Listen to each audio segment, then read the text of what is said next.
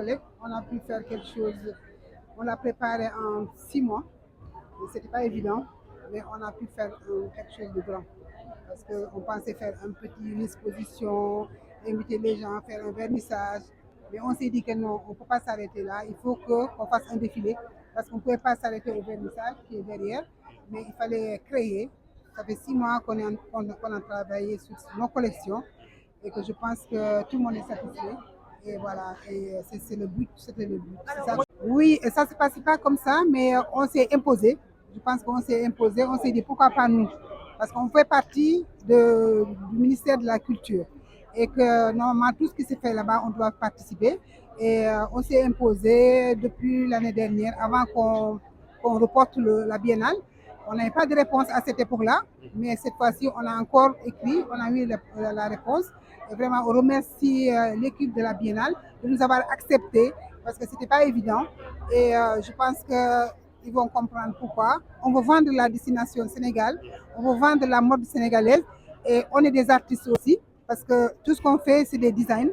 On est comme les peintres, on dessine nos modèles et on crée. Ce que vous avez vu aujourd'hui, c'est la création. Il n'y a pas de...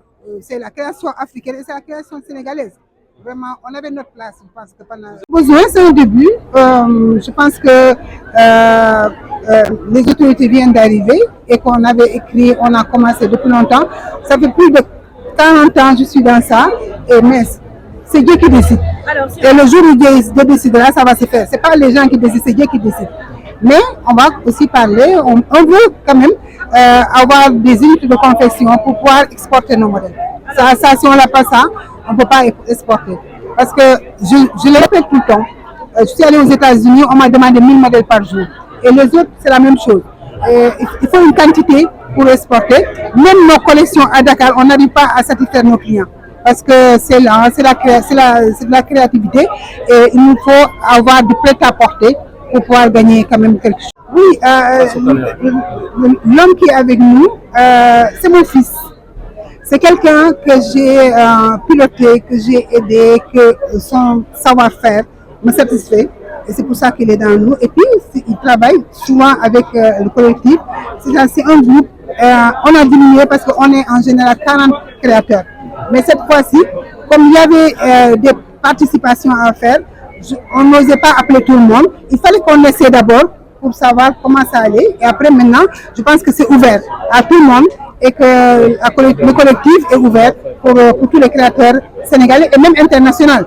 Parce qu'on avait invité, quand on a initié ça l'année dernière, on avait invité des créateurs internationaux, c'est africain. Mais quand on a reporté, après, on ne pouvait pas faire ça. Là, ils nous attendaient, mais je leur ai expliqué cette fois-ci. On va aller pour voir comment ça se passe. Et après, dans 2 ans, Inch'Allah, ce sera une collective africaine. Ce ne sera pas seulement pour les Sénégalais. Et ce sera encore grandiose. Oui, il n'y a pas de favoritisme. Il y a des rapports avec les gens. C'est-à-dire, ce que j'ai le collectif qui est avec moi, c'est des personnes qui sont plus proches de moi. Et que, bon, je sais pas comment dire, mais en tout cas, on s'entend. On se parle presque tous les jours. Si on ne se voit pas, on s'envoie des messages.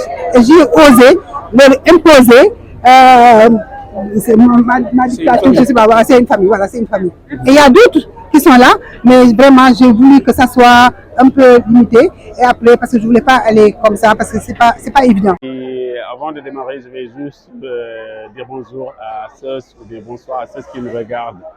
Mon nom c'est Abdoulahad Gueye, directeur artistique de la maison de couture Al Gueye Dakar et la marque Narogor qui est une marque homme. Merci d'être venu pour nous soutenir par rapport à cet événement qui est une première